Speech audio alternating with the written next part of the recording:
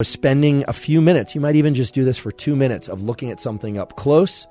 That's going to activate these accommodation mechanisms, and then moving it at arm's length and focusing on it for 5-10 seconds, maybe more, maybe 15 or 20 seconds, then slowly moving it into a location and then out. But visual behavior isn't right. And I do believe we should always start with behaviors and then think about nutrition, supplementation, etc. If your behaviors around vision aren't right, you cannot expect to have good, healthy eyesight for a long time, meaning throughout your lifespan. And if your vision is already poor, many of these things that I'm talking about today, perhaps all of them, will improve your vision to some degree. And if your vision is starting to go, then doing these behaviors is likely to really enhance the quality of the vision that you will build and maintain over time. These days, we're spending a lot of time looking at things, mainly our phones up close and computers up close, and we are indoors. If you are a young person, and even if you are 25 or older, and you are spending a lot of time looking at things up close, and you are not allowing your vision to relax, in other words, you are not giving your lens the opportunity to flatten out and for these muscles to relieve themselves of this work, you may or may not have migraine headaches. You may or may not have headaches. You might, and that could be the cause of those.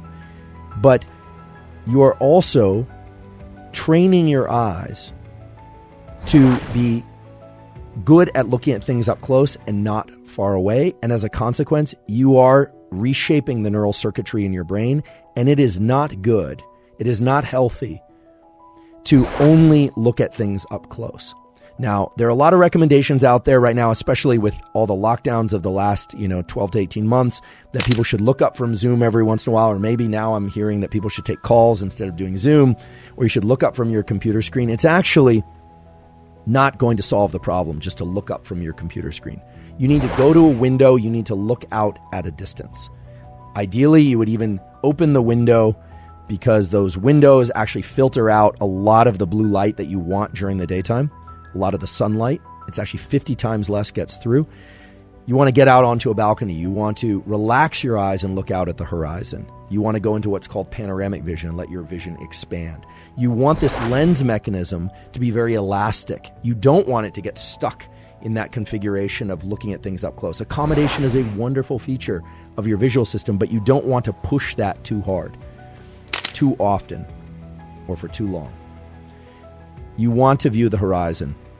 You want to get outside, not just to lighten the load on your mind or to think about other things, but to maintain the health of your visual system. In other words, you want to exercise these muscles, and that involves both the lens moving and getting kind of thicker and relaxing that lens. And the relaxation of the lens is actually one of the best things you can do for the musculature of the inner eye. So, what's the protocol? How often should you do this? You might be surprised, but for every 30 minutes of focused work, you probably want to look up every once in a while and just try and relax your face and eye muscles, including your jaw muscles, because all these things are closely linked in the brainstem, and allow your eyes to go into so-called panoramic vision, where you're just not really focusing on anything, and then refocus on your work. At least every 90 minutes of looking at things up close, or even if you're looking at a screen, a television screen, or you're watching a movie, or you're indoors, for every 90 minutes of that, you ideally would have at least 20, probably more like 30 minutes of being outside, ideally, but if you can't be outside, of non-up-close vision. Now, you might say, that's impossible. How am I supposed to do that? I'm in an office or I'm in a building. Get to a window, get outside if you can do it safely. Get onto a balcony and just let your eyes relax. Many people are experiencing severe vision problems because they're not getting enough sunlight during the day. They have sleep problems because they're not viewing sunlight early in the day. And as I've mentioned in previous episodes, they're getting a lot of artificial light stimulation of the eye in the middle of the night. All of this is through the visual system. So migraines, fatigue, challenges with your eyesight getting worse as you age, or even in young people, there's at least according to the articles, they describe it as this epidemic of myopia. Our visual system is exquisitely tuned to motion, not just our self-generated motion, but the motion of things around us. And one of the things that it does is something called smooth pursuit. Smooth pursuit is our ability to track individual objects moving, as the name suggests, smoothly through space in various trajectories. You can actually train or improve your vision by looking at smooth pursuit stimuli. And that sounds really boring. What you can do is, and I'll provide a link to some that I think are pretty good that are used in various clinics, ophthalmology and optometry clinics.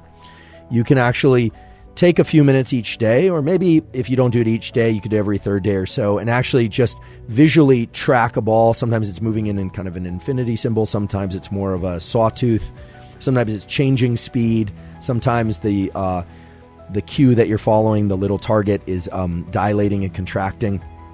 This is going to keep the muscles, I want to be clear, this is going to keep the extraocular muscles conditioned and strong and allow you to have a healthy, smooth pursuit system. Remember, the brain follows the eye. It follows the movements of the eye. It has to deal with that, and the neural circuits within the brain have to cope with changes in smooth pursuit. So if you're doing a lot of reading up close, you're not viewing horizons, you're not getting a lot of smooth pursuit type stimulation from your life, or you're just getting it within the confines of a little box on your phone, like your smooth pursuit is over, millimeters, or what we always talk in terms of visual angle, but the amount of degrees of visual angle. But if you're just looking at smooth pursuit in this little tiny box on your phone or on your computer screen, and you're not looking at objects in your environment like swooping birds and things like that, which I'm guessing many of you are not spending your time doing, well, these mechanisms for smooth pursuit will get worse over time. Your vision will get worse. And so while I prefer that people get out into the real world and experience smooth pursuit tracking of visual objects, maybe it's a good reason to go to a hockey game or to, and try and keep your eye on the puck, which I can never seem to do. Moves so fast. Or I guess this is a good reason to watch live sports if that's your thing, or to watch a tennis match like a cat, like a kitten, watching the ball go back and forth. 5 to 10 minutes 3 times a week will be great. If you care about your vision, you can train your vision in this way. The other one is to train accommodation. There are a lot of videos out there, I want to be clear, on the internet, some of which are from clinicians, some of which are not, some of which are from scientists, some of which are from other sources, talking about things you can do to make your vision better, to improve your vision. Most of those are geared toward improving the extraocular eye muscles. I did consult with our chair of ophthalmology at Stanford School of Medicine, Jeff Goldberg, who's an MD and a PhD, a phenomenal scientist and a phenomenal clinician, and incidentally, a phenomenal chairman as well, about what sorts of tools are actually beneficial for pattern vision and sight, because there's just so much out there on the internet, not all of which is accurate or good, frankly.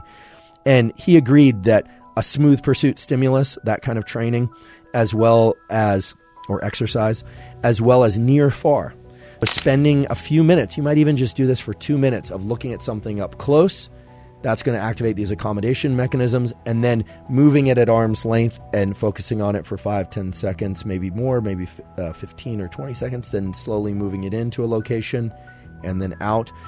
This is actually a lot like the visual training that's done post-concussion to try and repair some of the balance and motor and visual and cognitive aspects of the brain. Spend 2 to 3 minutes doing smooth pursuit. There's some programs on YouTube. You can just look up smooth pursuit stimulus, and I'll provide a link to a couple I like as well. You could do this with a pen if you wanted. You could do this. Someone else could hold a wand and you could do that if you've got someone that can do that for you. Practice accommodation for a few minutes, maybe every other day. Just bringing something in close. You'll feel the strain of your eyes doing that. I can feel it right now. Move it out. You'll feel a relaxation point. Move it past that relaxation point where you will have to do what's called a Virgin's eye movement to maintain focus on that location as it moves out. Bring it back in.